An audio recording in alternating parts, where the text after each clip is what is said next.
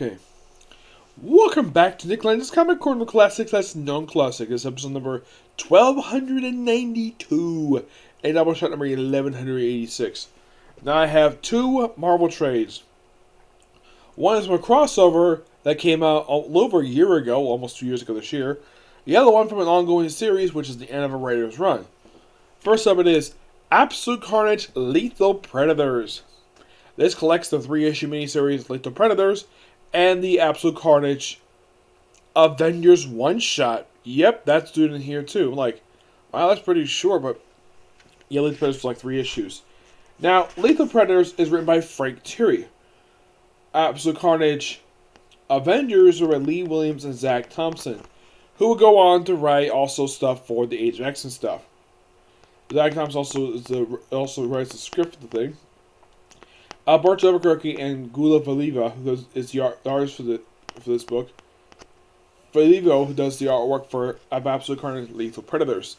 Now, Lethal Predators is simply put what some of the other heroes in the Marvel Universe are up to during this whole thing. Mostly this miniseries is a heavy focus on, get this, Misty Knight, John Jameson, Iron Fist, Cloak and Dagger, Morbius. I think that's it. When they come across a cult, yes, a cult, and they do sacrifices. And you won't believe who the very first sacrifice is. And heck, if you read this, like, really? Really? Is that how the person is the sacrifice? Yes. So, who was the first sacrifice this cult has? It's Shriek, Carnage's girlfriend. I'm like, what? Yeah, they sacrificed her. She's dead. Yep, and she's still dead.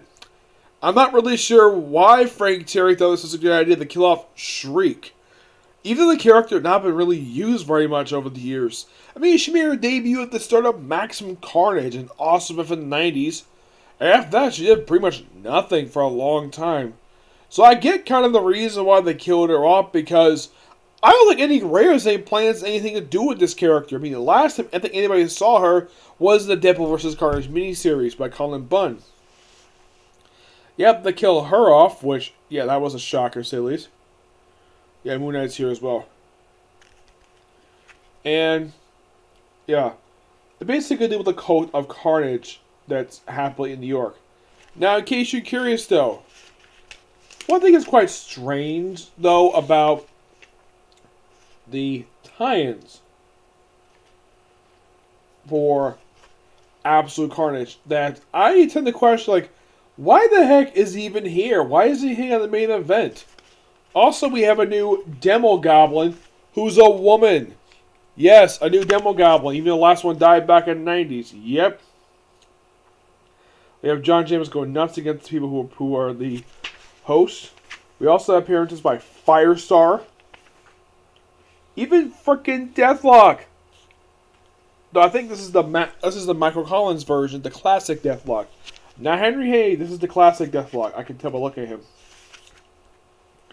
Yeah, fun miniseries. Shocking to see the fact that Shriek got killed off.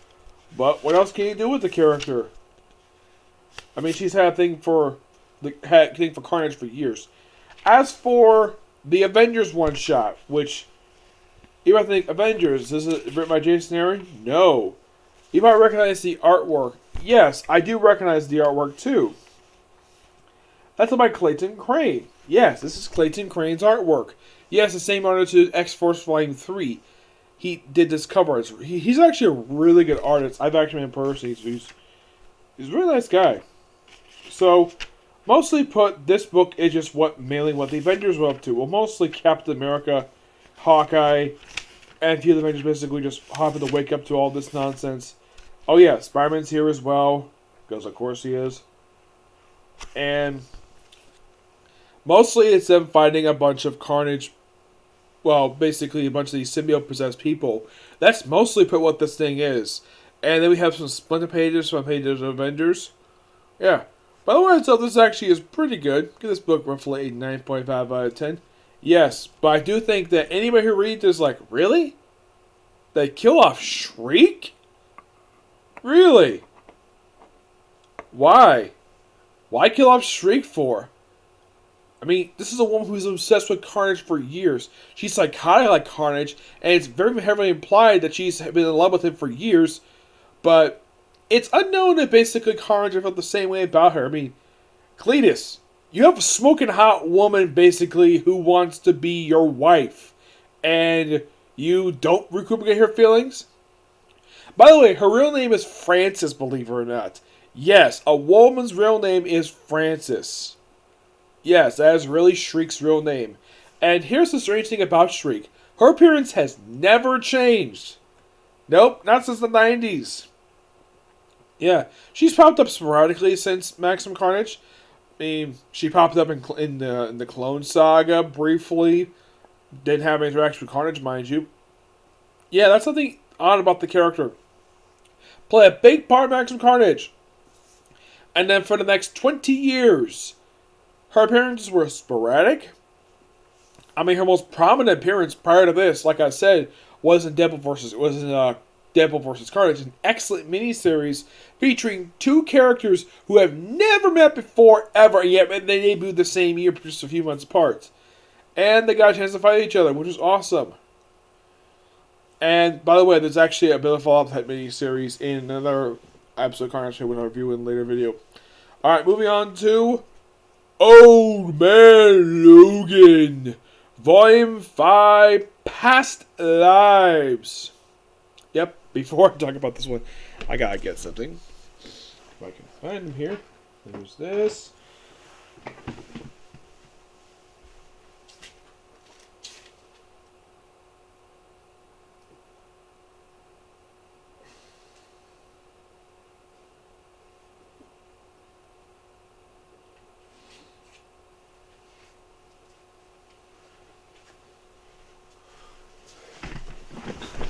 Sorry about that. I had to go get something.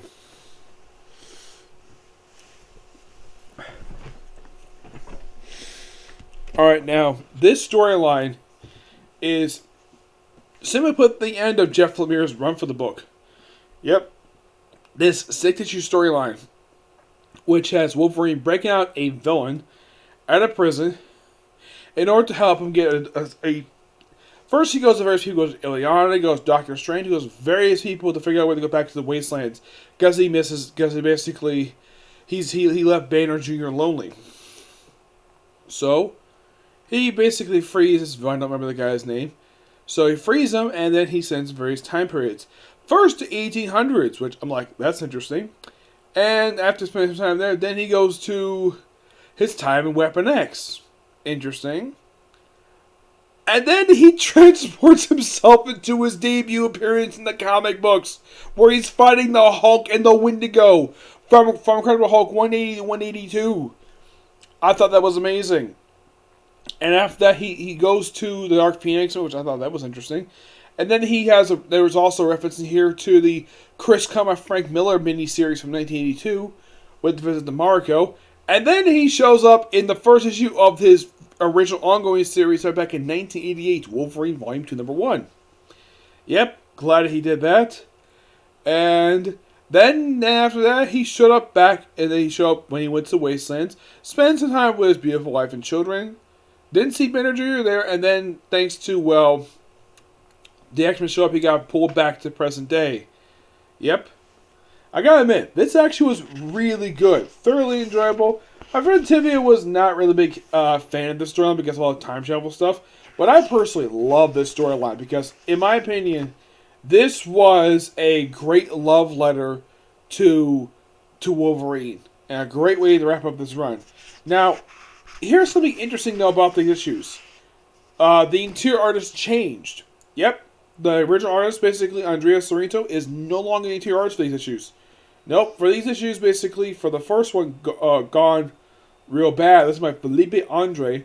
Though Andrea Sorrento does the cover art here. They have Eric McGeevan, who does, basically, a past live story arc. This book is fantastic. Give this book roughly a 9.5 out of 10. Final thoughts on the Old Man Logan run by Jeff Lemire. Yep, Jeff Lemire. It's not a very long run per se, only about 24 issues. And though it is collected in 5 trades. And here they are, all 5 trades. Volume 1, Berserker. Volume 2, Border Town. Come on, thank you. Volume 3, The Last Ronin. Volume 4, Old Monsters. And Volume 5, Past Lives. I gotta admit, this run was actually really damn good. Thoroughly enjoyable, and if you're a fan of Wolverine, check this book out. Now, I do have a possible theory of why Jeff Lemire ended at this particular point. Is because, well, there was kind of a reason why that the book, he ended the book at this particular time. Probably because he was done with the book at that point, and also, and I do have my theory is this. I think there were rumors swirling around because at the time these issues came out, the original Logan had basically was planning to come back. So these issues came out in, excuse me, this was in 2017. I think this was just prior or just after X-Men Legacy came out, and the rumor was that Marvel was going to kill off, when they're going to cancel this title and kill off Old Man Logan because the original Wolverine was back. That was the theory rolling around for about a year before they finally actually ended the series at issue 50. That proved to be not the case. Nope. This series managed to continue on for another 26 issues and had a 12-issue maxi series done by the city writer to go with the book Ed Bronson. Now, one thing I thought was quite strange, though, about this book is that for these first 3 story arcs, it's still the same artist. For the first 13 issues, it's Andrea Sorrento who does the artwork. And then for this story arc, basically issues collected here, 14-18, like, they changed artists for the book. Where originally for Monster War, it's Felipe Andre, and then it's back to Andrea Sorrento, who does basically the issues in here, but that's it for the artist. She doesn't do any into artwork in the book after. I'm not really sure why. It's kind of weird. But does the covers. Yep, does all the covers for the first 24 issues.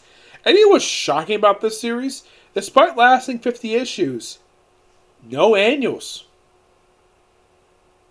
Now you're probably thinking, wait, the series didn't produce a single annual in 50 issues?